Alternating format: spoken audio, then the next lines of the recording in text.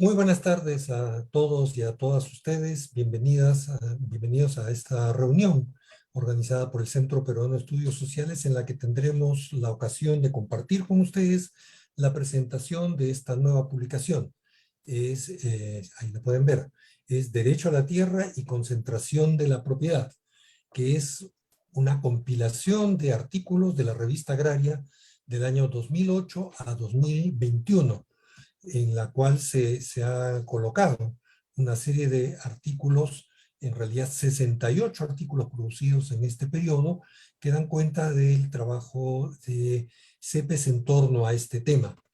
Quiero leer simplemente unas palabras en la introducción que hace Fernando Eguren, que es el compilador de esta edición, y nos dice así: desde sus inicios, el Centro Peruano de Estudios Sociales, CEPES, ha prestado atención a los derechos sobre la tierra de uso agropecuario, quienes acceden a ella, la consideración a los derechos de las comunidades campesinas y nativas, la concentración de la propiedad de la tierra, la reforma agraria. Este interés, sigue diciendo Fernando Eguren, se ha expresado de diferentes formas, de manera privilegiada a través de la publicación La Revista Agraria. Este libro compendia los artículos publicados sobre el tema en la Revista Agraria desde noviembre de 2008. Para esta ocasión hemos invitado a tres personas que nos van a hacer comentarios a esta compilación, a este libro. Cuando les toque intervenir a cada uno de ellos, yo voy a dar algunos datos de su experiencia profesional y personal. Vamos a tener así a Alberto García, que es funcionario de la FAO en el Perú; Alejandra Guamán, profesora de la Pontificia Universidad Católica del Perú; a Michel Merlet, de la organización Arter de Francia; y terminaremos con algunas palabras de Fernando Eguren. Para esta presentación hemos previsto un tiempo de 15 minutos, pueden ser un poquito más, sabemos que esto puede ser flexible, pero no mucho más, para que nuestro público nos pueda seguir. Y después dejaremos en el uso de la palabra a Fernando Eguren para que nos haga algunas apreciaciones finales. Bueno, esta reunión se está transmitiendo en vivo a través del Facebook de CEPES. Los invito a seguirnos por allí, y en simultáneo con el Facebook del Centro Bartolomé de las Casas de Cusco. Sin más, quiero hacer una presentación de la primera persona que va a intervenir, que es precisamente Alberto García. Alberto García es actualmente asesor externo de la FAO, es sociólogo con estudios en la Pontificia Universidad Católica del Perú, en la que se graduó también como magíster en ciencias sociales. Alberto hizo estudios de perfeccionamiento en planificación y economía en ILPES, en Santiago de Chile, y tiene amplia experiencia en planificación social y formación de políticas públicas, habiéndose desempeñado como consultor de programas y proyectos de desarrollo rural. Durante 12 años, Alberto García trabajó en la FAO Perú, coordinando proyectos de promoción de la agricultura familiar, seguridad alimentaria y desarrollo rural. Actualmente, Alberto García de Romaña cumple funciones como asesor externo de la representación de la FAO. Sin más, quiero dejar en el uso de la palabra a Alberto García, como dijimos, por 15 minutos, faltando 3 minutos, yo le haré una indicación para ir concluyendo con su tiempo. Entonces dejamos a Alberto García, y muchas gracias a todos ustedes y por supuesto a Alberto, Michelle, Alejandra y Fernando por su participación. Adelante, Alberto. Muchas gracias. Gracias, Adrián. Y un gusto de verte después de buen tiempo. Agradecer la invitación que me hizo Fernando de participar como comentarista en esta presentación del libro. Saludar a los colegas de CEPES y naturalmente a los panelistas que están ahora en este momento, a Alejandra y a Michelle, a los que acabo de tener el gusto de conocerlos. Y bueno, empezando, que quería decirles, ¿no?, que quisiera mencionar la trayectoria de la revista Agraria en los años que yo conozco esta revista, ¿no? Entiendo que, no sé si 2008 es la fecha de arranque de la entrevista, pero por lo menos es la fecha en que se empiezan a compilar los artículos que aparecen en este libro. Son 13 años de existencia. Creo que eso es importante, ¿no? Referirse a esos años. Digamos, no es común, ¿no? Y creo que hasta es admirable la perseverancia, ¿no? En este tipo de medios, ¿no?, que además llenan un vacío de divulgación, de reflexiones y análisis de la problemática agraria y rural. Y por supuesto, un especial reconocimiento a Fernando Eguren, ¿no?, por conducir estos esfuerzos desde CEPES, desde el CEPES, y desde otros foros, y su siempre amable disposición a compartir enfoques, iniciativas, etcétera, ¿no?, y a debatir además asuntos que siguen sin resolverse. Esta compilación de artículos que he podido revisar, ¿no?, y que los ha reunido Fernando, bueno, abordan un conjunto de temas, pero creo que casi todos están girando alrededor de la propiedad de la tierra.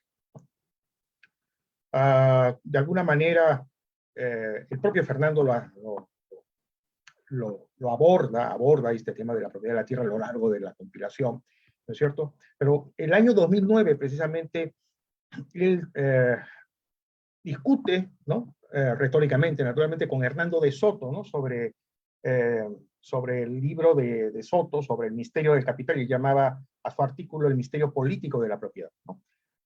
Y creo que ese es, pues, un poco el tema recurrente, ¿no?, a lo largo de la compilación. Y en realidad, a lo largo del libro se levanta una gran interrogante, ¿no? ¿Cómo explicar que un país, ¿no?, que tuvo una de las más profundas y amplias reformas agrarias de la región, se haya producido una creciente concentración de tierras agrícolas, naturalmente no solamente agrícolas, forestales, mineras, etcétera, pero fundamentalmente agrícolas, ¿no es cierto? Y claro, al final del día, ¿no?, este proceso de concentración de tierras, que no es solamente peruano, es regional e incluso global, responde a políticas públicas, ¿no?, a repúblicas públicas que han alentado este fenómeno y que realmente son sorprendentemente consistentes y continuas, ¿no? Esa consistencia y continuidad que ojalá gozaran otras políticas de Estado, incluyendo, por ejemplo, la de promoción de la agricultura familiar, que en este momento está en debate, ¿no? Y bueno, yo creo que eso ya es un mérito enorme de esta publicación. Bueno, yo no soy un especialista, no soy tampoco un estudioso en el campo de la propiedad de la tierra, pero me voy a permitir hacer algunas observaciones desde dos puntos de vista. Desde los mecanismos y los consensos globales existentes para regular, ¿no?, los procesos de tenencia de la tierra, y desde los impactos ambientales de la concentración de la tierra y en particular del monocultivo, ¿no?, al que suele estar asociado. A ver, las Naciones Unidas y sus gobiernos, ¿no?, suelen aprobar instrumentos con el propósito normalmente, ¿no?, de atender problemas y situaciones comunes a la mayoría de los países. Estos instrumentos no suelen ser vinculantes, sino indicativos, pero constituyen de alguna manera o aspiran a constituir una fuente de inspiración, de incidencia y hasta de presión, ¿no?, para reformar sistemas internos, políticas, marcos regulatorios, legislativos, etc. Se les suele llamar directrices voluntarias, ¿no? Y en el campo de desarrollo rural y pesquero hay varias de ellas, ¿no? Las directrices voluntarias para la gestión sostenible de los suelos, hace el año 2017. Las directrices voluntarias para lograr la sostenibilidad de la pesca en pequeña escala, un año después. Pero la más importante y la que además se aborda en el libro y a la que quisiera referirme centralmente es a las directrices voluntarias para la gobernanza responsable de la tenencia de la tierra, pesca, bosques, etc. Con Laureano, en particular, estando yo en la FAO en ese momento coordinando algunos proyectos, tuvimos por lo menos un par de cursos, ¿no?, de divulgación de estas directrices, cursos dirigidos a líderes rurales y agrarios, ¿no? Y fue, creo, una cosa muy interesante poder someter, digamos, a consideración de estos líderes los lineamientos principales de estas directrices voluntarias. Solamente para recordar, estas directrices establecen un acceso seguro a la tierra, ¿no? Debe o puede permitir a una familia producir alimentos para el consumo doméstico, incrementar los ingresos de los hogares, ¿no? Vendiendo estos productos en los mercados, y que una tenencia segura, ¿no? Sobre la tierra, sobre la propiedad de la tierra, constituye también, de alguna manera, una red de seguridad, ¿no? Que representa un sistema de refugio, porque además es una fuente de alimentos y es una fuente de ingresos en tiempos de crisis, privaciones, etcétera, ¿cierto? Hay una particular incidencia en las directrices sobre la necesidad de proteger los derechos de tenencia, ¿no? Reconociendo y respetando a todos los titulares legítimos, ya sea que se hayan registrado oficialmente o que no se hayan registrado oficialmente, ¿no? Y se indica la obligación de los estados de abstenerse de vulnerar estos derechos. Esta responsabilidad alcanza incluso, según las directrices, actores no estatales como las empresas privadas, ¿no? Y que una infracción de estos derechos supone la aplicación de mecanismos efectivos de compensación, ¿no? Hace el año pasado, un informe de la FAO, ¿no? Que es un repaso de las lecciones aprendidas en la aplicación de estas directrices, concluye, ¿no? Que para lograr los objetivos relacionados con la seguridad de la tenencia, establecidos en los Objetivos de Desarrollo Sostenible para el 2030, se deben acelerar los procesos y esfuerzos para asegurar todos los derechos legítimos de tenencia. Incluso el Banco Mundial, en el año 2018, señala la necesidad de un programa de inversión focalizado en fortalecer la tenencia de la tierra para todos en el 2030. Y los principios para la inversión responsable en la agricultura, conocidos también, aprobados en el año 2014 por el Comité de Seguridad Alimentaria Mundial, ¿no? Que está dirigido al mundo empresarial, ¿no? A los inversionistas privados, ¿no? Incluyen en el conjunto de principios, ¿no? De estos principios para una inversión responsable, ¿no? Respetar los derechos legítimos de tenencia de la tierra en consonancia con estas directrices voluntarias. Ahora, lo que yo quisiera destacar es que en todos estos marcos de propósitos, búsquedas de consensos globales y regionales, estos marcos y consensos eluden o no abordan explícitamente los procesos de concentración y acaparamiento de tierras. Ciertamente, la defensa de los derechos de tenencia están vinculados a prevenir estos procesos, pero hay un evidente vacío acerca de cómo enfrentar situaciones de pérdidas, por ejemplo, pérdidas voluntarias de tierras de pequeños propietarios agrícolas, que como ocurre en el país, por ejemplo, son resultado de compra, arrendamiento de tierras, etcétera, por parte de grandes empresas que se aprovechan de alguna manera de la situación de precariedad, ¿no? Y esto es abordado también en algunos de los artículos de la compilación. Pero como bien señala Zulema Burneo, en un informe que he vuelto a revisar, el proceso de concentración de la tierra en el Perú hace 2011, ¿no? La concentración de las tierras agrícolas se ha dado fundamentalmente a través de la adquisición de tierras seriesas con potencial de riego, que han sido vendidas por el Estado a grandes inversionistas, ¿no es cierto?, en el marco de estos megaproyectos de irrigación de costa, pero que las reglas de juego que se han levantado son barreras, obviamente, que impiden que pequeños, incluso medianos agricultores puedan beneficiarse de estas tierras irrigadas, ¿no? Y esto ha sido también pues, apropiadamente levantado en varios de los artículos de la Constitución. Estos procesos no se desarrollan únicamente en el Perú, digamos, ¿no es cierto? También en varios países de la región, pero Argentina, Brasil, Bolivia, Ecuador, Paraguay, Uruguay, etcétera, son estados que, como bien señala Javier Escobedo en uno de los artículos de la compilación, ¿no? Han podido enfrentarlo con un marco normativo firme que pone límites al tamaño de la propiedad, grava procesos concentradores y en general regula el mercado de tierra, ¿no? Entonces, se requeriría entonces que los consensos internacionales tipo estas directrices voluntarias contuvieran referencias a las necesidades que los estados adopten medidas claras, perdón, de regulación y de límites a la concentración de tierras de tierras como parte de una gobernanza adecuada, aceptable de la tenencia de la tierra y de protección de los modos de producción campesina, de pequeña agricultura, que además juegan un rol crítico en los países de la región, en la seguridad alimentaria y en la conservación ambiental. Y hablando de impactos ambientales, permítanme destacar brevemente las implicancias de la concentración de tierras agrícolas en la profundización de estos impactos ambientales, algo que en la compilación se aborda ampliamente. Me voy a referir específicamente a la concentración de tierras y a su uso intensivo mediante monocultivo, ¿no? Bueno, son ampliamente conocidos los efectos del monocultivo en la degradación de suelos, una degradación acelerada, lo que a su vez ocasiona un efecto de retroalimentación de las consecuencias negativas del cambio climático. En la compilación se señala el riesgo de un paradigma hegemónico de una agricultura industrial que se base solo en agroquímicos, pesticidas, semillas mejoradas, maquinaria, etcétera, y convertir el campo en, digamos, en pisos, ¿no?, de fábrica de monocultivos agrícolas y ganaderos.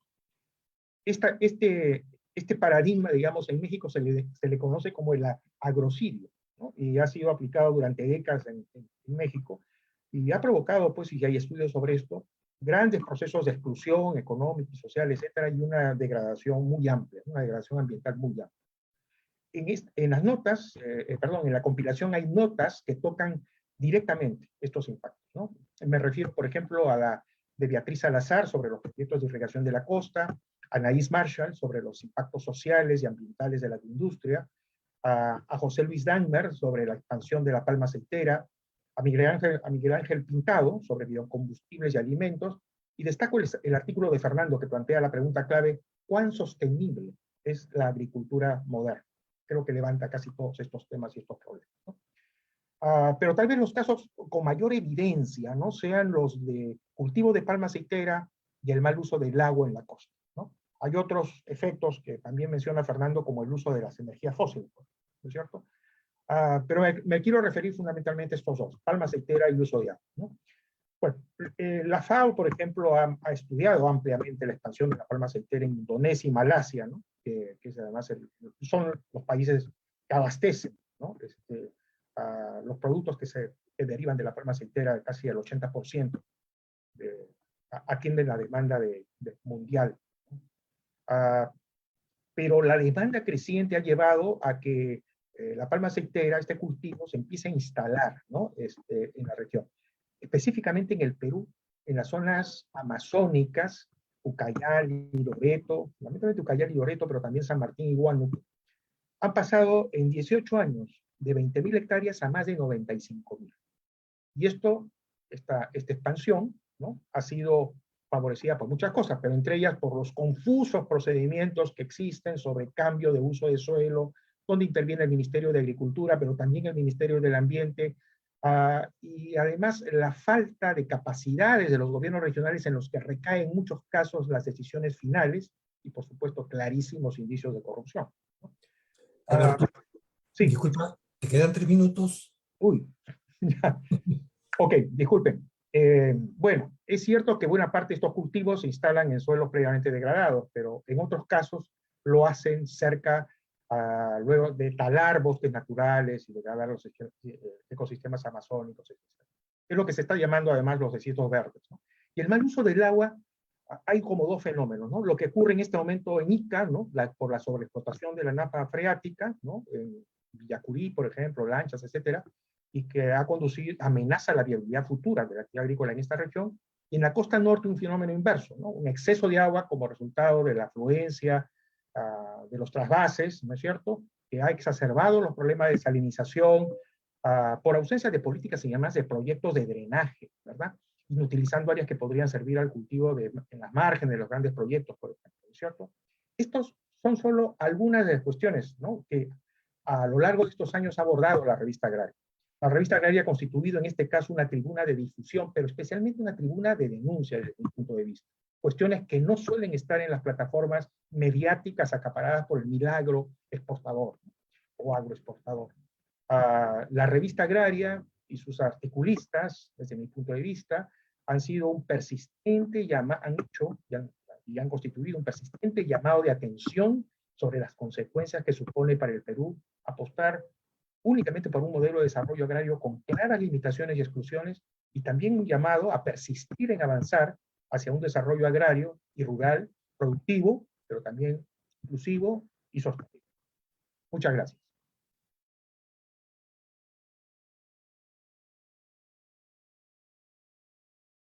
Muchas gracias, Alberto, por tus comentarios. Has mencionado ahí varias cosas, aparte del cariñoso reconocimiento a quienes laboramos en CEPES. Has mencionado aspectos claves como el que en el compendio, en la publicación, efectivamente se tratan diversos aspectos vinculados a la tierra, y aunque el nombre del compendio habla de derecho a la tierra y concentración de la propiedad, hay efectivamente mucho más aspectos. Tú te has referido en particular a los impactos ambientales, que efectivamente son uno de los grandes temas a tomar en cuenta.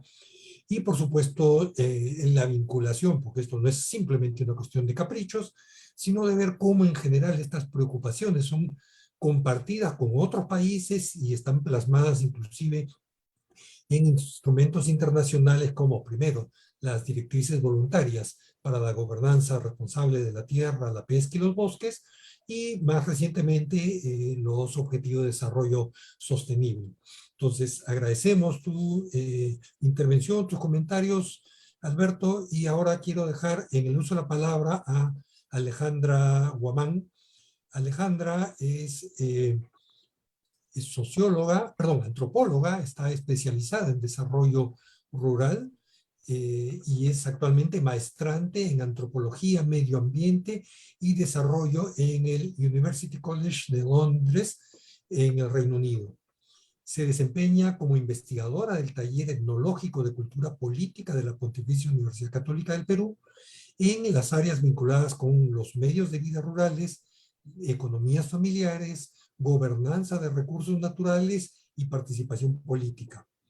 Alejandra está interesada en el abordaje crítico e interdisciplinario sobre transformaciones rurales, postdesarrollo, ecofeminismo, justicia y desigualdades ambientales. Y confiamos que Alejandra en su intervención va a referirse a algunos de estos aspectos, en particular sobre el ecofeminismo. Adelante, por favor, Alejandra. Tienes 15 minutos, igualmente, faltando 3 minutos, intervendré para recordarte este hecho. Muchas gracias. Muchas gracias a ti, Laureano, por la invitación y a todo el equipo de CEPES. En verdad estoy muy contenta de poder compartir con ustedes el lanzamiento de este libro. Como ya han mencionado varios, esta es la compilación de diversos artículos, ¿no?, presentados en la Revista Agraria, que es una publicación periódica a cargo de CEPES y de amplia difusión, y que, en mi opinión, estuvieron a la vanguardia de la discusión sobre concentración de tierras en el país. La compilación inicia en el año 2008, que creo que particularmente es un año muy importante porque es el año de la crisis financiera global por el colapso de la burbuja inmobiliaria en Estados Unidos, y que a consecuencia de ello, ¿no?, genera también un alza de precios de alimentos y de combustibles, ¿no?, lo que trae todo este proceso de acuerdos para la compra de grandes terrenos de tierra en el sur global, ¿no? En efecto, esta narrativa de crisis, ¿no?, de aquella época alienta la expansión de la frontera extractivista del capital, que se desplazó hacia el sur global, dando lugar a un proceso de compra y venta de tierras de gran escala, ¿no? Bajo este concepto de tierras subutilizadas, grandes corporaciones internacionales y transnacionales, tanto del norte global como de economías emergentes como los BRIC, avanzaron por estos territorios y privatizaron miles de hectáreas de tierras comunes de la mano de estados que habilitaron estos procesos. El interés internacional se centró sobre todo en la región africana, ¿no?, llamando particularmente la atención el caso de Madagascar, en donde la empresa Daewoo estaba negociando la compra de 1.3 millones de hectáreas de tierra. Y si bien todo este interés se centró en la región africana, posteriormente y paulatinamente el proceso latinoamericano de concentración de tierras también empezaría a llamar la atención, aunque estos estudios se llevarían a cabo más adelante, ¿no? Pero lo que sí me parece interesante de resaltar es que inclusive dentro de las discusiones latinoamericanas sobre el proceso de concentración de tierras, el Perú en verdad no aparecía mucho en el radar, ¿no? Fue medio que relegado frente a la expansión sojera, ¿no?, en Argentina, Brasil y Paraguay. Sin embargo, la revista Agraria tomó la iniciativa de hablar sobre el tema cuando este aún no aparecía ni en la academia, ¿no?, sistemáticamente analizado, ni en la agenda pública peruana, ¿no? y trae bastantes luces sobre lo que vendría a ser este proceso de concentración. Como bien demuestran los artículos compilados por el CEPES, el proceso de reestructuración agraria se dio de manera paulatina. Entonces, por un lado, tenemos varios cambios legislativos de la década de los 90 que eliminan los límites a la propiedad y que permiten iniciar este proceso de concentración por medio de proyectos de irrigación, la compra de empresas cooperativas azucareras, la desprotección de tierras comunales y la expansión de la frontera agrícola en la Amazonía. Por el otro también tenemos como en tándem, ¿no? Al mismo tiempo que tenemos la latifundización, tenemos el proceso de minifundización, que se continúa profundizando a partir de la herencia y la ausencia de políticas estructuradas que prioricen a la agricultura familiar como motor de desarrollo.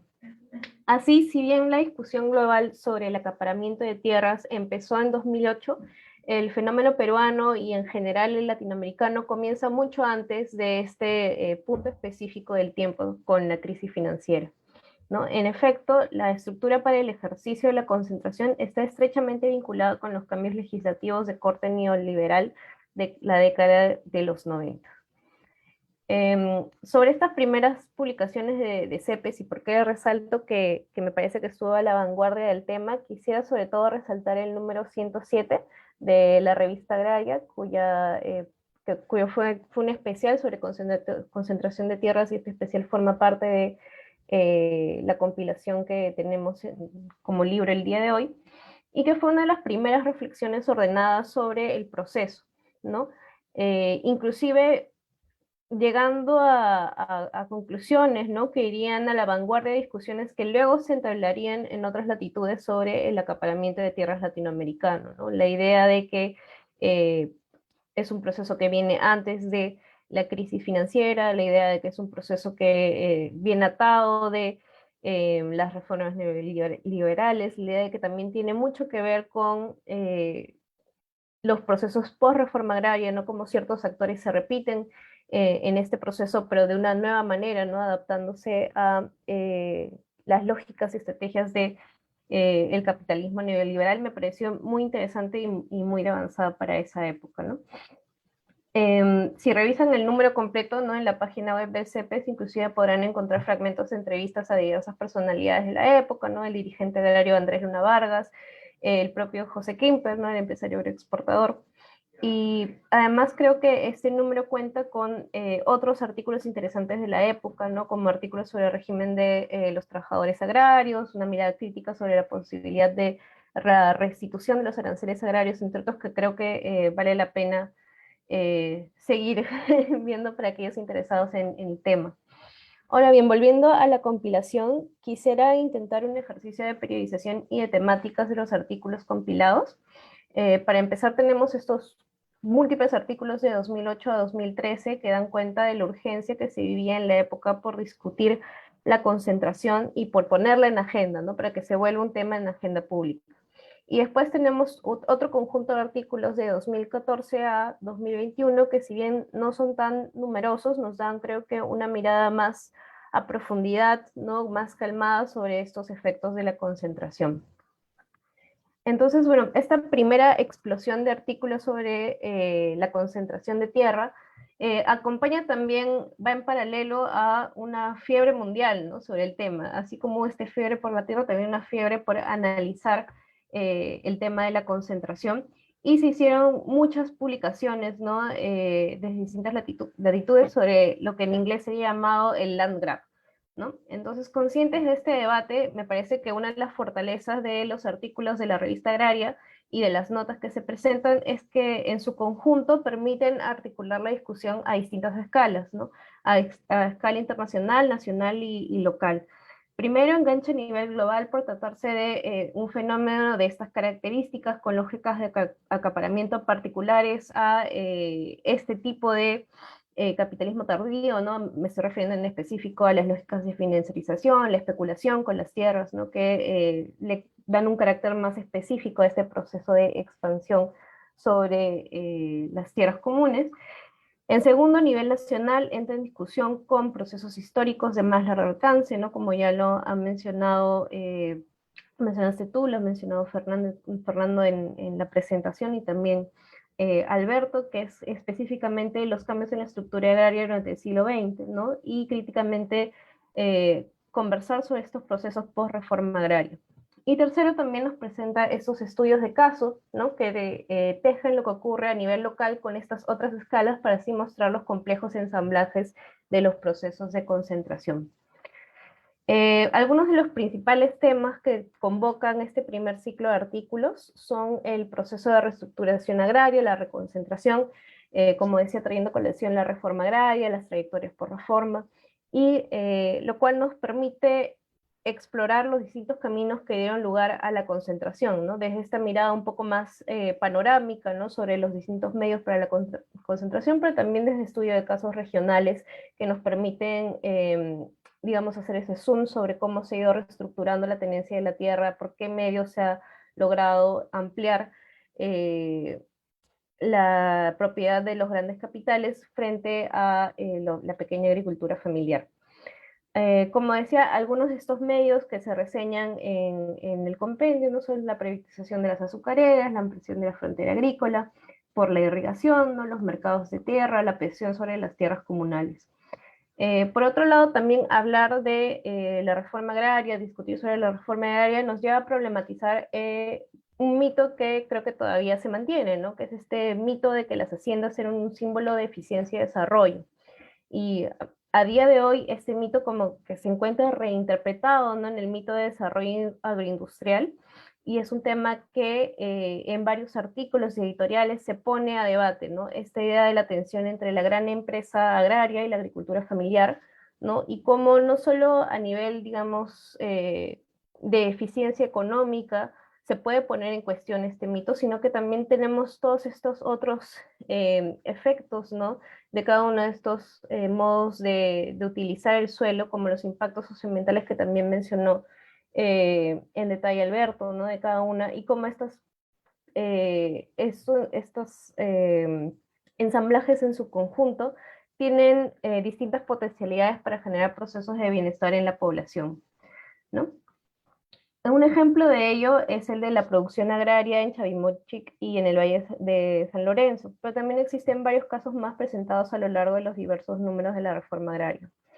Finalmente, en este periodo también destacan varios artículos y editoriales de debate sobre las posibles medidas de política para frenar la concentración, ¿no? Los límites a la propiedad y los proyectos de ley que buscaban volver a normar a estos límites son muy importantes.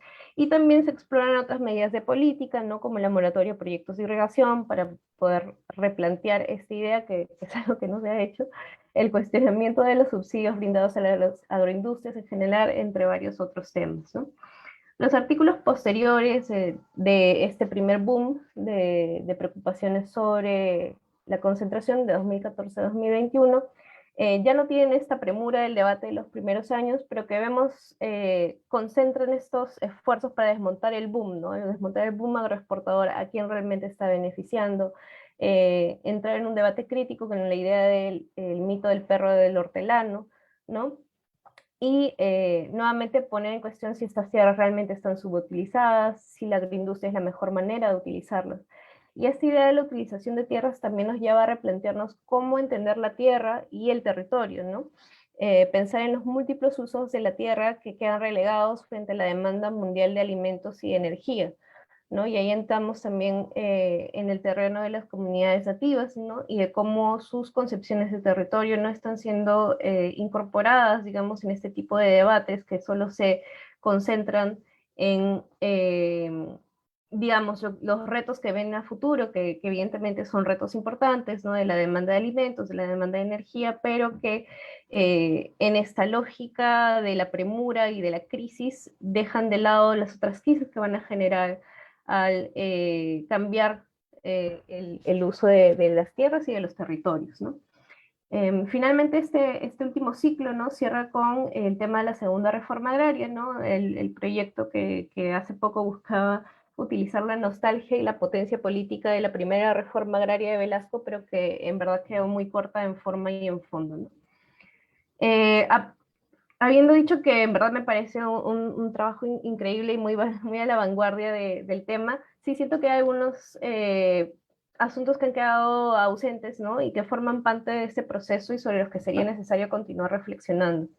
Uno de ellos es que la concentración, contrario a lo que sugiere el título de la compilación, no se basa solamente en la propiedad de la tierra, ¿no? El poder y la influencia que ejercen las agroindustrias sobre los paisajes y territorios en donde se despliegan puede construirse solamente eh, mediante el arriendo, ¿no? No es necesario tener la propiedad mediante el arriendo, mientras estrategias indirectas de control de la producción, ¿no? Como la agricultura por contrato. Entonces, todas estas dinámicas propias de esta nueva manera de expandir el capital agroindustrial contemporáneo, ¿no? Permiten dimensionar de mejor manera la escala de concentración y poder de este actor sobre el territorio. Por otro lado, también quizás hizo falta descentrar un poco más a los valles costeros y a la concentración con fines agroindustriales o de biocombustibles, ¿no? Y pensar quizás un poco más en la explotación de las industrias extractivas, ¿no? La especulación sobre las tierras con potencial urbano, las concesiones forestales, turísticas y de conservación en la Amazonía, que también pueden desplazar los usos tradicionales que hay sobre el suelo y esta idea de la integralidad del territorio, ¿no? Incluso, Alejandra, disculpa, 10 sí, minutos entonces, para culminar. Gracias. muy bien, voy cerrando. Eh, incluso también cuando pensamos, ¿no? en soberanía alimentaria, algo que no se ha conversado es el tema también del modelo de desarrollo pesquero, ¿no? También tenemos esta idea de el gran desarrollo de la pesca industrial de harina de pescado y no sobre la pesca artesanal de consumo humano directo, ¿no? Eh, y el último tema que también pienso que, si bien excede a esta publicación, que trata sobre concentración y derecho a tierra, pero que siento que merece más atención, es la precarización de los medios de vida de los y las trabajadores agroindustriales y de sus familias, ¿no? Es un tema que pareció escapar a la revista agraria durante todo este boom de publicaciones y análisis sobre la concentración, pero que es lo que finalmente termina articulando la mayor protesta contra el modelo agroindustrial hasta el día de hoy, ¿no? Y en ese sentido, creo que alejarnos de miradas exclusivamente basadas en datos cuantitativos y prestar más atención a esas experiencias vividas pudo alertar sobre la importancia de este tema y brindar otras perspectivas sobre el fenómeno y cómo se expresa en lo concreto, ¿no? Particularmente voces femeninas, ¿no? Sobre este proceso, creo que también sería muy importante incorporar, y es algo que hasta ahora no se ha explorado mucho, y mucho menos no se ha puesto en el debate público, ¿no? De qué manera todos estos procesos de concentración están afectando diferenciadamente por género a las mujeres en su día a día, ¿no? Quizás estos temas puedan ser abordados en una próxima compilación. Eh, y ya antes de terminar, también quisiera detenerme un momento para apreciar el trabajo de CEPES y compartir mi propia experiencia con esta publicación. Quizás los nuevos lectores de la revista Agrario, quienes recién se familiarizan con el trabajo de CEPES, no lo sepan, pero en aquella época la revista Agraria tenía un tiraje impreso, ¿no? Que acompañaba al diario La República. Creo que eran los primeros jueves de cada mes, me corregirán si la memoria me falla. Y recuerdo mucho que durante estos años del boom de artículos de concentración, como más o menos de 2008 a 2013, yo era un estudiante de pregrado, ¿no? En antropología, y buscaba ávidamente la revista agraria para leerla mes a mes, ¿no? Incluso durante el trabajo de campo, ¿no? Viajé hasta la ciudad más cercana para poder conseguir mi edición de La República y reclamar mi revista agraria. Y creo que en verdad revisar estos artículos compilados me lleva a esos momentos, ¿no? Y cómo encontraba nuevas preocupaciones, nuevos temas de investigación cada vez que leía la revista agraria. Y solo quería resaltar eso, ¿no? Que mensualmente siempre se producían estos artículos sólidos, ¿no? Con una reflexión crítica a partir de la discusión de datos y que también no se perdían en lenguajes excesivamente complicados, ¿no? Sino que buscaban llamar al debate, enganchar al lector y difundir de la manera más amplia posible una agenda crítica sobre el desarrollo rural. Este fue y es, creo, un esfuerzo invaluable y personalmente me encuentro sumamente agradecida porque fue a través de la lectura de la revista agraria que pude plantearme mis propias dudas y cuestionamientos en los modelos de desarrollo rural hegemónicos y que pude tener también la oportunidad de comprender procesos territoriales de concentración en las distintas regiones del país, conocer nuevas demandas desde el territorio. Y creo que también estoy segura que no soy la única de los estudiantes de aquella época que aprecia de la misma manera a la revista agraria y por eso quería felicitar también que sigan en circulación, ¿no? Y animo a los demás, a los que están compartiendo con nosotros en el en vivo, a estar pendientes de las nuevas publicaciones que tenga el CEPES, que tenga la revista Agraria, y que si bien quizás ya no sea publicada mensualmente en La República, su análisis sigue siendo tan agudo y crítico como siempre. Gracias. Muchísimas gracias, Alejandra, por tus palabras, por tus comentarios. Efectivamente, ahí hay una serie de temas que abordamos y hay varios otros que hay que seguir abordando, seguir explorando. Tomamos nota de estas sugerencias tuyas, de estas ausencias, como lo mencionaste, al mismo tiempo de la necesidad de incorporar más la mirada de las mujeres, no solamente en las mismas actoras, las productoras, sino también de profesionales y expertos como tú. En tal sentido lo dirá con toda seguridad Fernando Aguren, pero las páginas de la revista Agraria están abiertas para otras personas interesadas en esta temática. Una última cosa antes de dejar a Michel Merlet en el uso de la palabra es recordar que antes de la revista Agraria tuvimos otra publicación en CEPES muy querida, era Alerta Agraria, siempre la cámara me juega malas pasadas, que se editaba y publicó con la República, ahí sí, de 1987 a 1998. La revista Agraria vino a sustituirla y ocasionalmente estamos publicando junto con la República de manera virtual un suplemento. Bueno, ahora le toca el turno a los comentarios de Michel Merlet. Y Michel es ingeniero agrónomo francés, especialista en políticas de tierras, sistemas agrarios y gobernanza. Michel no solamente es un excelente profesional francés, conocedor de la realidad de Francia y de Europa, sino que conoce muy bien América Latina. De hecho, él participó en la implementación durante los años 80 de la reforma agraria en Nicaragua. Luego trabajó por 18 años como experto de una empresa asociativa francesa de consultores en América Latina, pero también en África, en Asia y en Europa. Entre 2005 y 2020, Michel Merlet ha dirigido la Asociación Internacional ACTER, creada después del Foro Mundial de Reforma Agraria de 2004, realizado en Valencia, para contribuir al mejoramiento de la gobernanza de la tierra, del agua y los recursos naturales. Vamos a dejar entonces en el uso de la palabra a Michel para que durante 15 minutos, como en los otros casos, incómodamente yo recordaré que les quedan 3 minutos y entonces dejo a Michel en el uso de la palabra. Adelante, Michel, por favor. Muchas gracias, Laureano. Bueno, primero también quiero agradecer a Fernando, a Laureano, por haberme invitado a esta presentación de este libro. Yo vi muy interesante esta compilación de artículos a lo largo de 13 años que cubre como 70 años de la historia agraria de Perú, ¿no? De hecho, y con algunas referencias puntuales a algunos eventos internacionales. Ahora, me llamó la atención el enfoque centrado en la dicotomía gran producción, pequeña producción, que de hecho ha sido un debate central en el siglo XIX, al momento de empezar a ver cómo se podía construir el socialismo, ¿no? O sea, la cuestión agraria en sí, con los trabajos de Kautsky, ¿no? Precisamente sobre este tema de gran producción, pequeña producción, han sido muy importantes y han tenido consecuencias que podríamos llamar a posteriori como desastrosas, ¿no? Sobre la evolución de la agricultura socialista. Vamos a regresar un poco sobre todo esto. Ahora, este enfoque, estos debates, se hacen en torno al tamaño de las propiedades agrarias, agropecuarias, Y fundamentalmente en Perú es alrededor de las agroindustrias de los perímetros de riego del Pacífico que se analiza ahí en la compilación que estamos comentando.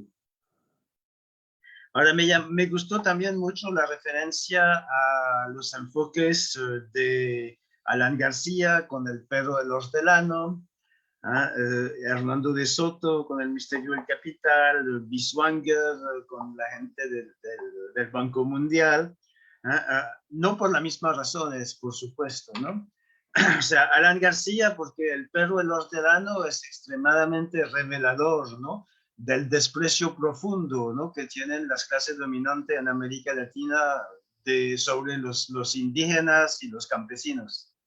Una de las conclusiones de mis estudios, de mi trabajo en América Latina, era que al final, al momento de la descolonización, de la independencia, o sea, los indios se habían transformado en campesinos, en la manera de considerarlos como personas que de menor importancia, de menor valor, los subhombres, ¿no?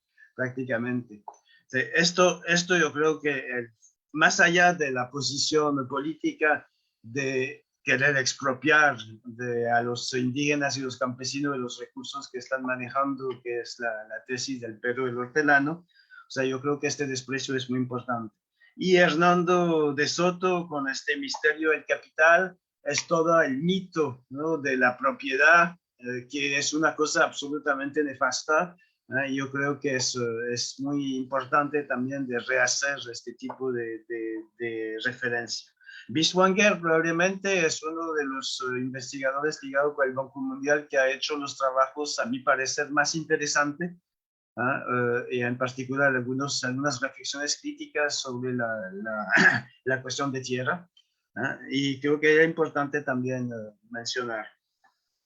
Pero también hay algunas referencias de políticos, de empresarios, de sindicalistas peruanos que no dejan de ser interesantes, aunque obviamente son puntuales y dispersas, pero aportan visiones muy diferentes. Ahora, los enfoques profundizan más sobre la reforma agraria de 1969, y sobre varios perímetros de riego de la costa. Me gustó la discusión, la comparación entre San Lorenzo y Chavimochic, que me parece importante. Tal vez podría haber un poquito más de estos tipos de comparaciones, ¿no? en la compilación, pero esto está bien. Ahora, yo conozco muy pocas cosas de Perú. Mi experiencia práctica sobre la cuestión de reforma agraria no ha sido en Francia, fue en Nicaragua, donde caí por pura casualidad, como 3 años antes de la revolución, y me tocó vivir todo el proceso revolucionario, incluso participar directamente en la elaboración y la implementación de la reforma agraria en Nicaragua. Ahora, eso ha sido muy importante porque a partir de allí he empezado a preguntarme un montón de cosas. La primera cosa que me pregunté después de pasar más de 10 años en Nicaragua era por qué los nicaragüenses, por qué los sandinistas, después de haber tomado todo el poder, tenían el poder económico, el poder militar, el poder legislativo, y tenían la reforma agraria como la principal medida de su programa cuando estaban luchando por tomar el poder, ¿no? Y de hecho no quisieron para nada redistribuir tierra a los campesinos. Entonces esto me llamó mucho la atención, y prácticamente viéndolo desde adentro, o sea, se empezaron a fomentar grandes empresas con empresas del pueblo, ¿no? Que se llamaban las APP, las áreas propiedad del pueblo. Hasta nos pidieron en varias oportunidades de ir a explicar a los campesinos que se habían tomado tierra que su futuro era de pasar a ser obreros de las empresas estatales, y de hecho después fue únicamente cuando el Frente Sandinista empezó a perder la guerra contra los levantamientos apoyados por Estados Unidos que empezaron a redistribuir realmente tierra de manera individual a los productores y a los campesinos. Entonces esto me llamó mucho la atención y construí toda mi reflexión sobre América Latina y sobre un poco las evoluciones de esta famosa cuestión agraria en base a esta primera reflexión, ¿no? que había construido en Nicaragua. Ahora, después he tenido experiencias muy variadas a través de un montón de misiones de consultorías en América Latina, pero también en Asia, en África. Y de hecho, mi participación en diferentes conferencias internacionales ha sido muy importante para poder ampliar esta visión. Pero lo que quiero insistir sobre el hecho que de Perú conozco muy poco, y dos pequeñas regiones. He ido una vez detrás de la sierra, ahí al lado de Lima, donde la gente produce café y cacao, ¿no? Cerca de la Amazonía, y he trabajado un poco haciendo un estudio con una estudiante que estaba trabajando con el CEPES francesa en la zona de Piura, en el valle del Chira, ¿no? Donde aprendí un montón de cosas, ¿no? Pero fuera de eso no conozco nada. Entonces lo que le voy a hacer más bien son unas reflexiones de una persona que mira eso desde afuera, ¿verdad? Ahora, la primera cuestión que me llamó la atención es que esta reforma agraria de 69, yo leí que al final había beneficiado más que todo a empresas y no a productores campesinos, a través de las CAP, las Cooperativas Agrícolas de Producción, y de las SAIS, ¿no? Y estas empresas se iban a desarticular más o menos, probablemente, pero más o menos 10 años después de la reforma agraria. Eso es lo que leí. Eso es un poco lo que he visto por todos lados, en todas las reformas agrarias de América Latina. Y de hecho, América Latina es el país donde ha habido más reformas agrarias en el mundo. No hay ningún continente que tenga este nivel de este porcentaje de reformas agrarias, y al mismo tiempo es el continente que tiene la mayor desigualdad de la tierra, ¿no? Probablemente hay algo que preguntarse ahí, algo no funciona en la forma de hacer reformas agrarias en América Latina, porque de hecho, 15 años después estamos igual o peor que lo que había antes de las reformas agrarias. Entonces, hay que hacer dos excepciones, ¿no? Que probablemente son muy importantes para entender esto. Es la situación de México y la situación de la primera fase de la reforma agraria en Bolivia, en donde de hecho, en lugar de entregar las tierras de reforma agraria a empresas o a campesinos, se entregaba a neocomunidades, a los ejidos en México, o se entregaba a las comunidades en los valles andinos en Bolivia, ¿no? Entonces, esto es una cuestión que es exactamente lo contrario de la propiedad. Es manejar una situación donde hay un manejo en común de una cierta cantidad de recursos, y al mismo tiempo hay derechos individuales que están manejados de manera no necesariamente estandarizadas, donde hay posibilidad de evolucionar, de cambiar las reglas del juego en función de las condiciones. Y de hecho, México ahora es el país de América Latina que tiene menos concentración de tierra. A los mexicanos, cuando uno le dice eso, dicen, no, no es tan cierto, también hay grandes empresas. Pero si compara uno con Brasil o con los otros países de América Latina, es un país de pequeños productores. Y no es el caso de los otros países de América Latina. Ahora, tengo que cuidarme. ¿Cuánto tiempo me hace falta?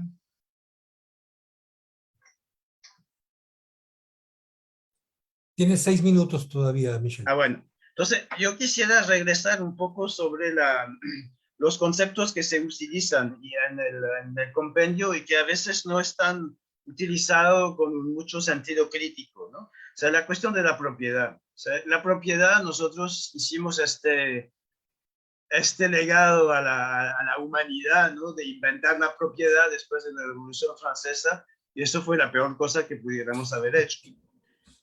O sea, de hecho, la propiedad, tal como la definimos, era la conceptualización de la lucha en contra de los privilegios feudales, y era la propuesta de darle todo el poder a la burguesía.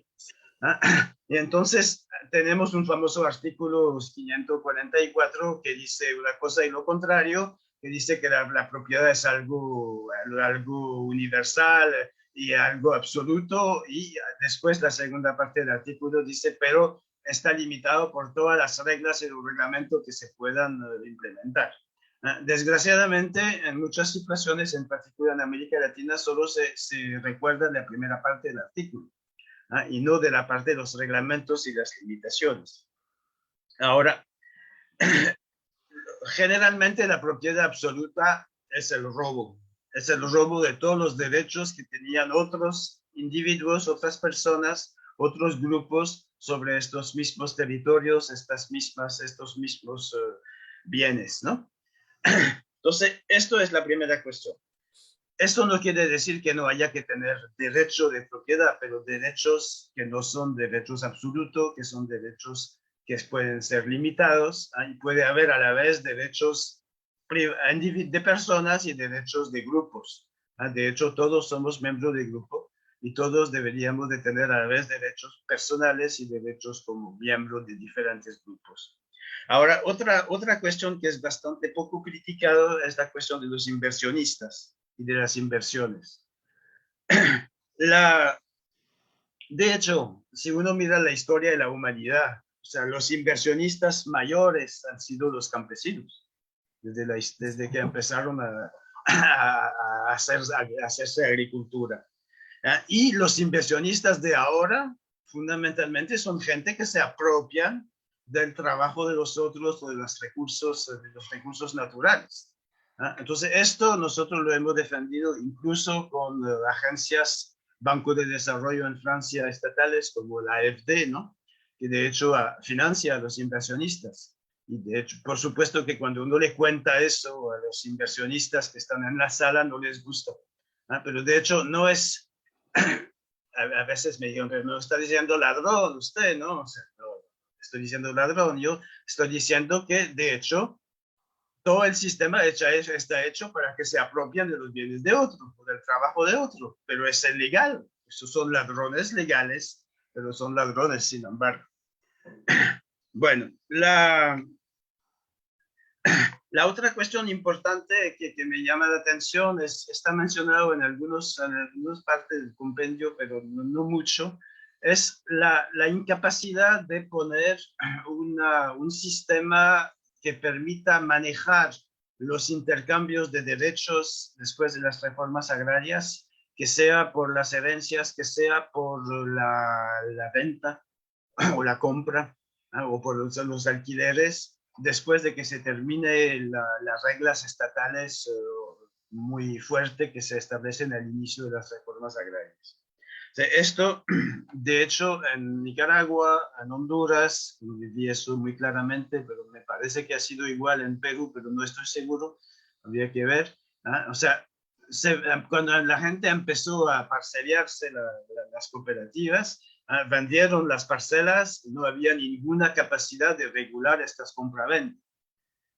Entonces, esto me parece una cosa que hace falta de manera tremenda. O sea, el problema no es necesariamente malo vender o comprar derechos. Lo que es malo es que esta venta se haga como si fuera una mercancía como cualquiera, como una computadora, y en realidad es un tipo de mercado, la compra-venta de tierra, que tiene esta especificidad de que nunca puede llegar, si no está regulado, a otra cosa que la concentración de tierra. Sencillamente porque si uno tiene que vender o comprar algo en el mercado, el que mayor recurso tiene compra, y los otros no. Si usted está produciendo computadora, no es igual. O sea, ese es el mejor computador que va a tener mejor mercado, y no es igual con la tierra. Entonces, esta cuestión de que la tierra no pueda ser una mercancía como otra es algo muy importante. Otra cosa que me llamó la atención es el tamaño de las unidades de producción que se mencionan en el compendio. La discusión en Perú es sobre si hay que limitar a 1000 hectáreas, a 20.000 hectáreas, las propiedades, ¿verdad? Eso no tiene absolutamente nada que ver con el tamaño de las unidades de producción que tenemos en Francia, por ejemplo, donde el promedio está por 65 hectáreas ahorita, y después de mucho aumento en las últimas décadas. Y no hablamos ni de China ni de Vietnam, ¿no? Donde en China el promedio anda por 1 hectárea, ¿eh? por unidad de producción familiar. O sea, hablar de 1000 hectáreas ya es una cosa que es completamente fuera de la mayoría de los productores del mundo, ¿no? Es una micro situación continental donde de hecho se apartaron la mayor parte de los campesinos de las discusiones. Ahora, otra cosa importante es que la producción campesina y los agroholding tienen lógicas económicas muy distintas. Y de hecho, esto está tal vez todavía no muy desarrollado en el compendio. Yo creo que hay elementos, pero no está profundizado. O sea, un productor, un empresario, su objetivo es maximizar el retorno sobre la inversión que hizo, sobre el dinero que puso en su negocio, tener el retorno máximo, fundamentalmente. Por eso tiene que maximizar la ganancia y si utiliza trabajadores, los trabajadores representan un costo. De hecho, como bien se sabe, si uno puede explotar a un trabajador, es porque el trabajador produce más cosa que lo que necesita para reproducirse. Eso se llama la plusvalía, ¿verdad? Es una vieja idea que es fundamental. Si uno no pudiera producir más de lo que necesita para reproducirse, o sea, no habría posibilidad de explotar al trabajo fuera de los esclavos donde se van a capturar por un lado y se les obliga a trabajar, ¿no? Entonces, en una agricultura campesina no es así. En una agricultura campesina, el trabajo no es un costo. Entonces, hay posibilidad de maximizar la utilización del trabajo familiar, y hay una búsqueda de obtener la mayor producción en la cantidad de recursos que uno maneja, ¿no? Y la otra cuestión es que la FAO ha hablado mucho de agricultura familiar, pero muy poco ha hablado de familias. ¿Cuáles son estas familias? ¿Cómo funcionan? Y las familias, hay una gente allí que es importante, que son las mujeres. De hecho, los más explotados en el mundo son las mujeres, por todo lado. ¿Y por qué? Porque hay toda una serie de trabajos que están haciendo, que el trabajo de criar los hijos, el trabajo de preparar la comida, pero también hacen trabajo de la agricultura, hacen trabajo de cualquier tipo, y por lo general en muchos lados no se reconoce ni uno ni el otro, ¿no? Incluso en Francia, ¿no? O sea, no crean que en Francia el reconocimiento del trabajo de la mujer campesina todavía es imperfecto, pero hace 10 años no se reconocía para nada. Entonces, esto es una cosa importante. De hecho, la eficiencia aparente de estos agroholding es su capacidad a aumentar la productividad de sus trabajadores, y eso se hace a través de maquinaria, a través de tractores, y si aumentan la productividad, de hecho lo que necesitan pagar al trabajador es muy poco, y tienen una ganancia enorme. Entonces de allí viene la gran rentabilidad probablemente de una gran parte de los agroholding de los perímetros de riego en la costa pacífica de Perú, me imagino, ¿no? Puede ser también que haya otra cosa, pero hay otra cosa importante, que hay una parte de esto viene de todas las, como está bien dicho en el compendio, de todas las inversiones que hace el Estado, y que hace que prácticamente el mejor recurso es el agua que viene de los Andes, y este agua es el Estado peruano que los pone prácticamente gratuitamente a disposición de estos inversionistas. Entonces la pregunta allí sería, ¿por qué no hacer eso con campesinos en lugar de hacer eso con enormes empresas? Ahora, si miramos un poco a nivel del planeta, ¿no? O sea, el 94% de los trabajadores en la agricultura y la ganadería están en Asia y en África. Eso quiere decir que nosotros, los europeos, ustedes, los latinoamericanos, los norteamericanos y la gente de Oceanía, solamente cuenta por 6% de todos estos trabajadores. Entonces somos prácticamente nada. ¿No? Y estos 6% trabajan el 43% de las tierras agrícolas y los 94% que quedan trabajan el 57% de las tierras agrícolas del mundo. Ahora, esta crisis que estamos viviendo, ya me faltan 3 minutos. Disculpa, más bien te pido que vayas cerrando. Ok. Bueno, voy a cerrar con la guerra de Rusia y Ucrania. O sea,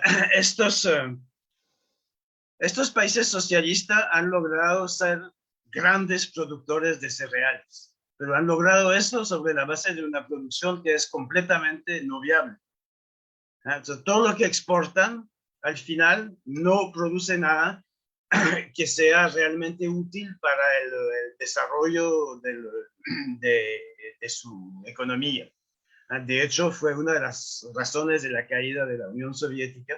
Si uno compara al revés con la situación de China, China, después de una primera fase de reforma agraria stalinista, que duró 3 años, y después una colectivización absoluta que costó decenas de millones de muertos, después cambiaron y empezaron a optar por la cuestión de la agricultura campesina, y con una cantidad media, como le decía, de tierra agrícola por familia del orden de entre 0,5 y 1 hectárea por familia, y con eso construyeron no solamente la capacidad de dar alimentos a más de 1.000 millones de chinos, no completamente, pero casi, con una cantidad de tierra agrícola relativamente poca, y además construyeron su desarrollo industrial y su urbanización.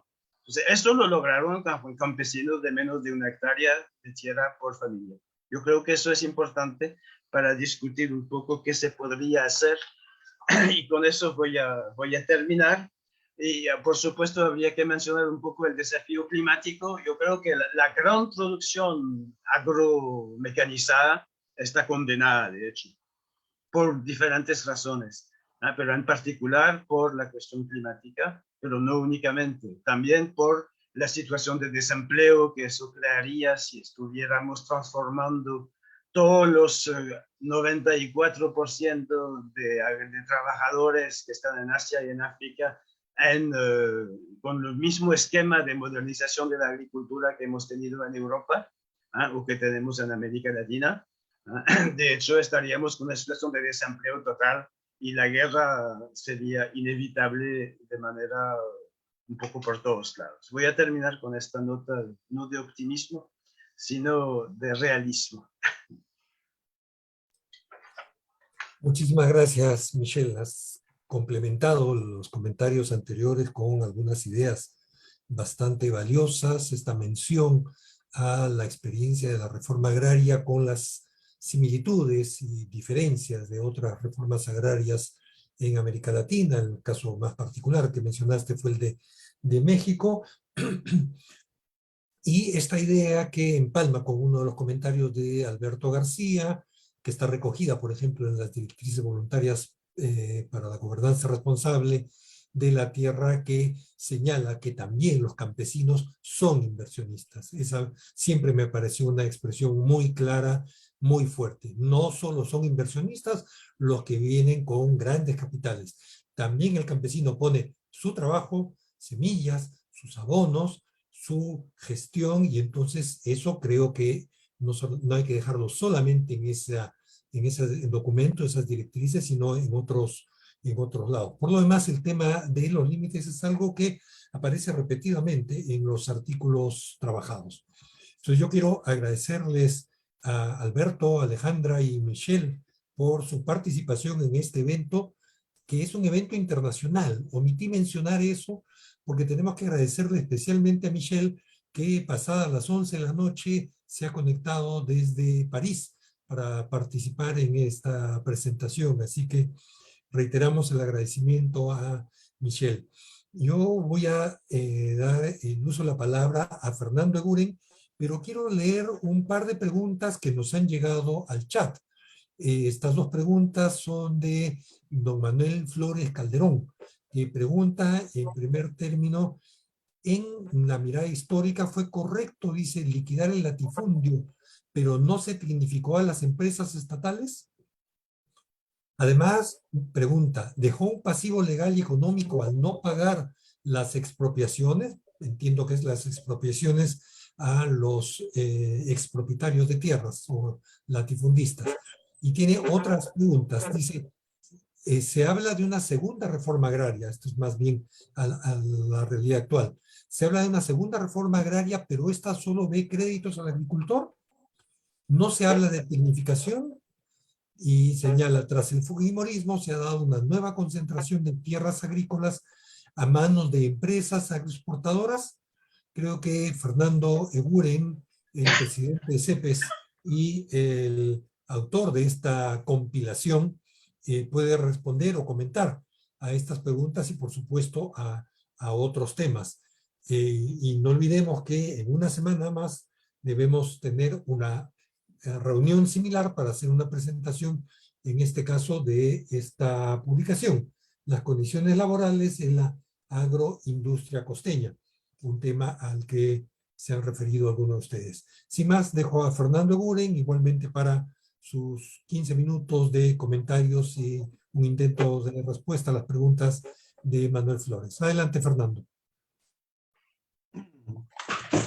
Bueno, primero agradezco a todos los que han participado, la audiencia que ha tenido, digamos,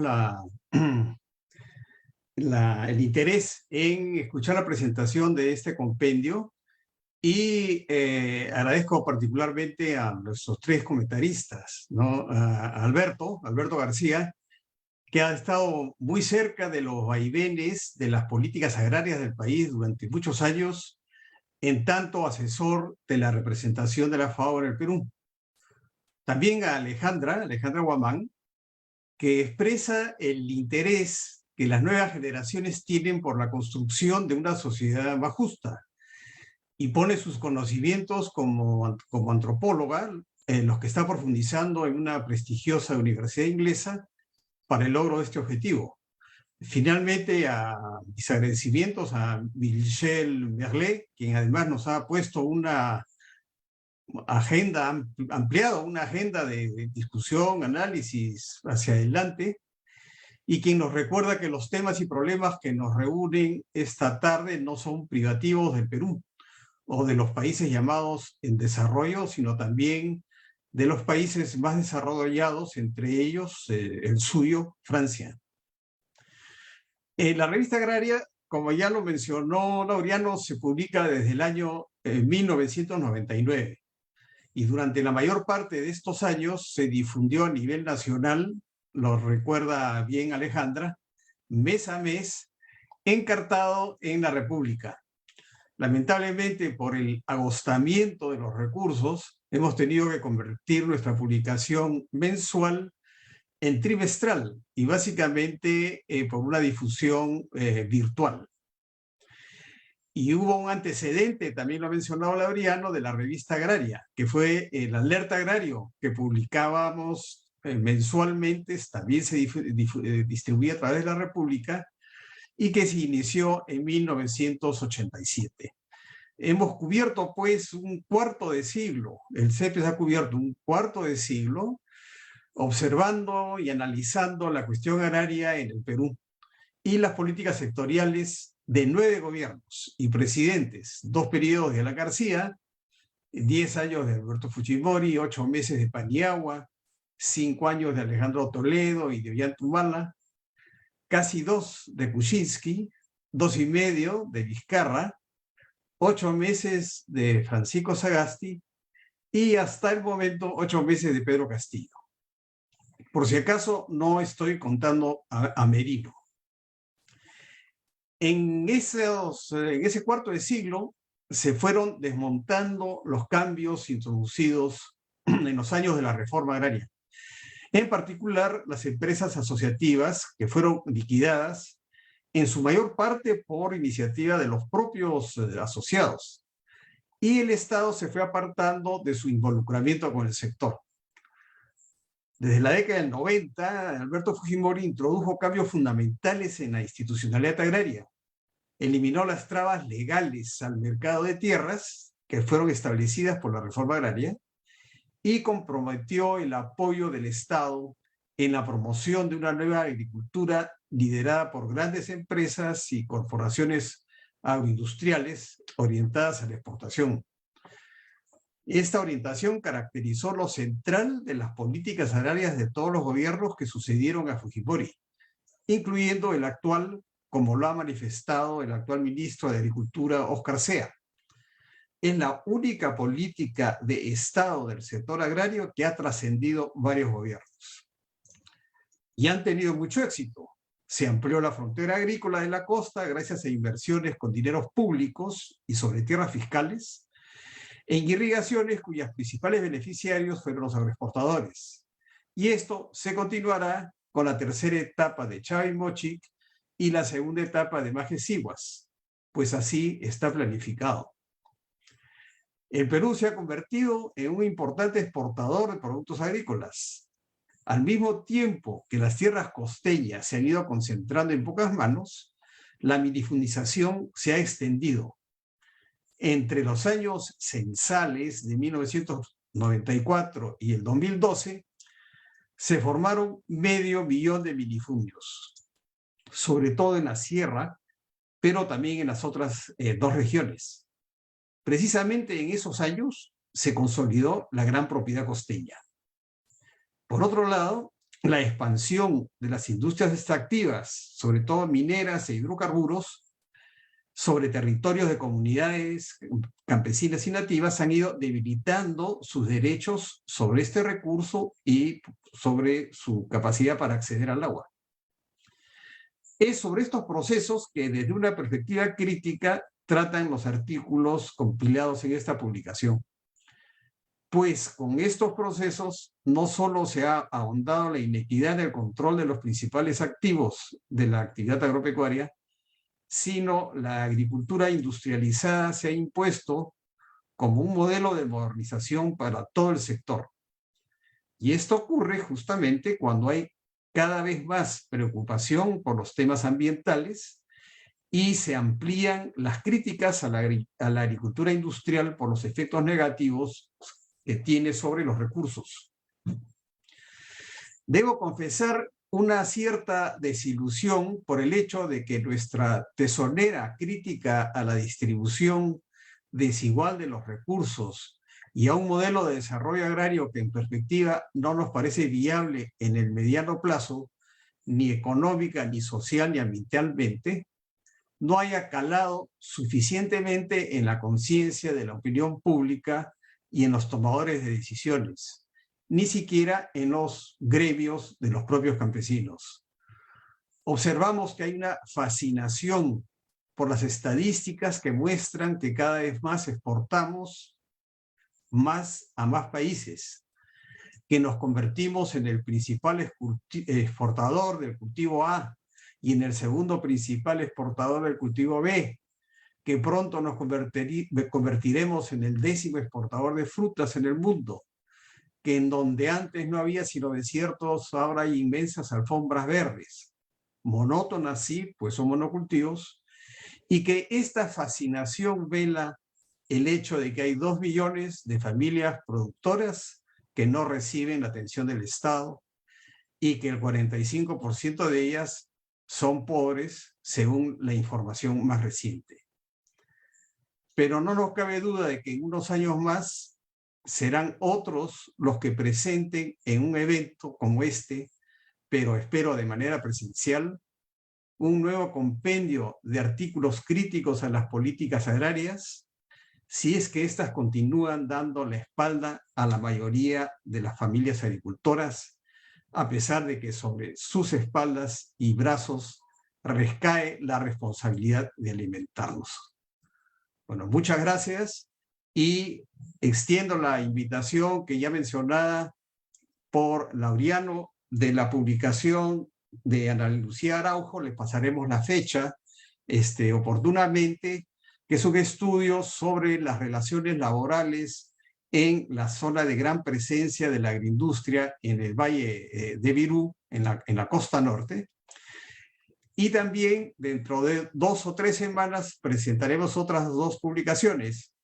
El nuevo número de Debate Agrario, que contiene uno de los artículos del cual se analiza y continúa, digamos, el análisis del tema de las agroindustrias y la gran empresa,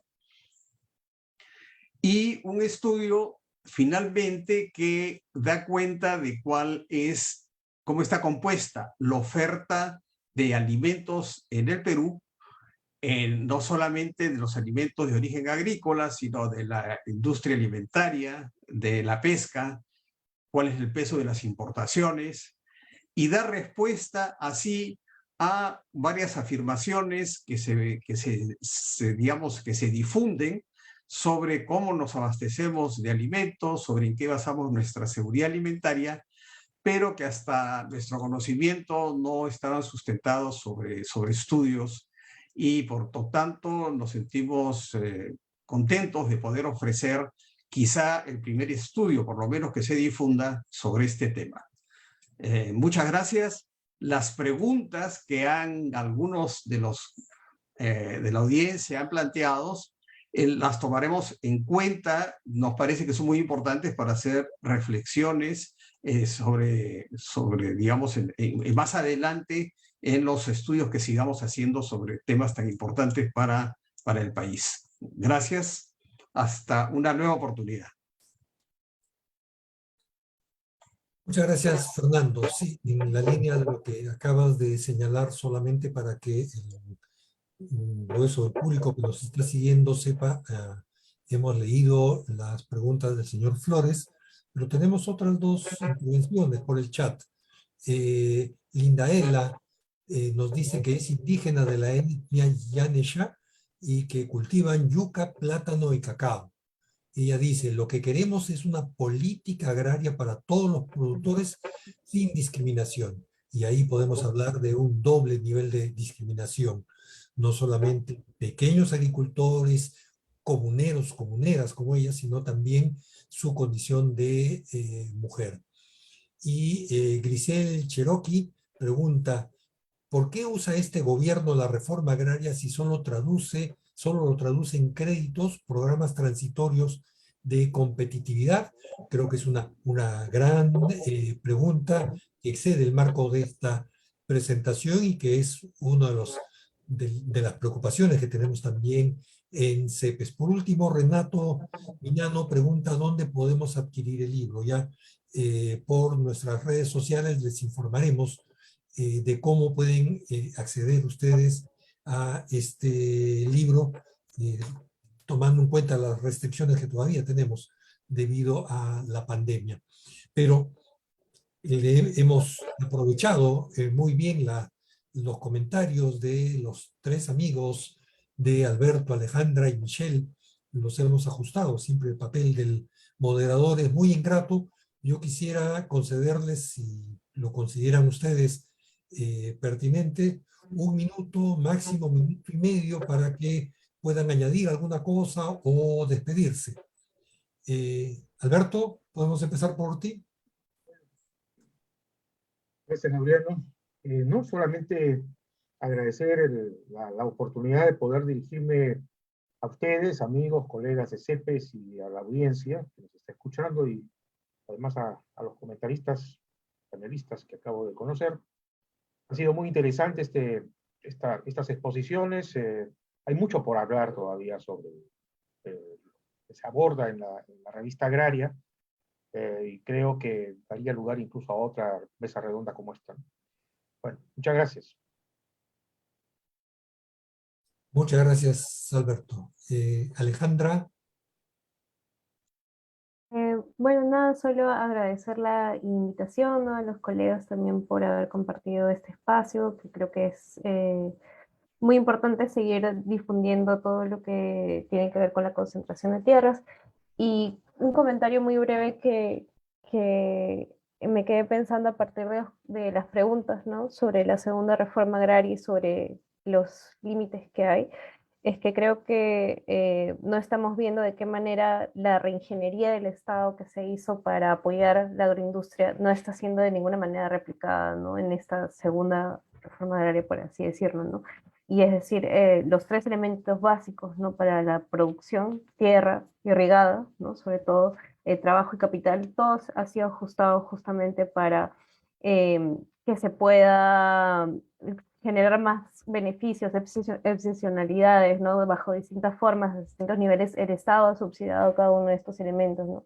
Y eso es algo que no vemos traducido en estas nuevas políticas de segunda reforma agraria, ¿no? Y que creo que además ahora a la luz de las últimas crisis que hemos vivido, ¿no? Que parecían que podían ser una oportunidad para replantearse este modelo y que lamentablemente no han sido así.